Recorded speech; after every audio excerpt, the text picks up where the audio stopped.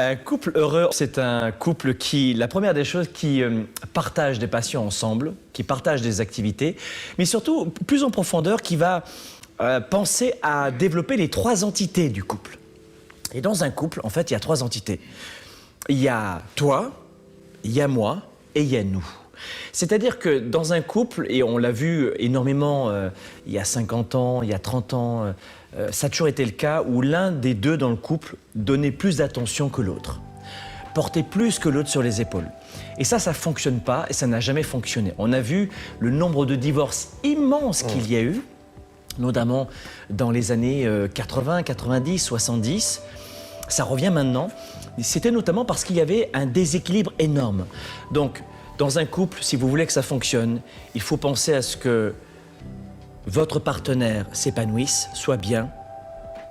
Vous aussi, ne jamais uniquement donner uniquement à l'autre et puis ne rien recevoir, pas penser à soi. Donc, s'enrichir soi-même. Permettre à l'autre de s'enrichir et aussi, avec les deux personnes qui sont riches, d'avoir un couple riche. C'est toujours trois entités, un couple, pensez à ça, 1, 2, 3. Je disais dans un article dernièrement, un couple, c'est quelques mois, 60 ans de mariage, et on a demandé à la dame, c'est quoi votre secret? Sais-tu c'était quoi? Non. Attends, laisse-moi deviner. Le secret, c'était le fait que chacun ait son espace et puisse discuter? Non. C'était quoi? Le pardon. Oh, wow. Parce que quand tu vis 60 ans avec une personne, tu as sûrement beaucoup de choses à pardonner aussi, ce qui est tout à fait normal. Est-ce que tu penses que le pardon, justement, est essentiel dans un couple si on veut durer, là? Pas de pardon, pas de couple. Pas de pardon, pas de couple. Parce que il y a 20 ans, par exemple, les gens allaient voir des psychologues ou des spécialistes pour se séparer. Écoute bien, depuis 8 ans, les psychologues et les spécialistes voient des couples parce qu'ils veulent rester ensemble. Et l'un des points qui est important pour rester ensemble, c'est la communication. Et dans la communication, il y a le pardon. De dire à l'autre, je ne suis pas parfait, je m'en suis aperçu, est-ce que tu l'acceptes? Et de regarder le regard de la personne en face de vous. Et là, immédiatement, le couple avance. Je crois que c'est ça le plus difficile dans les couples, tu sais, Sylvain, c'est que on remplit, comme je le dis à chaque fois, des ardoises.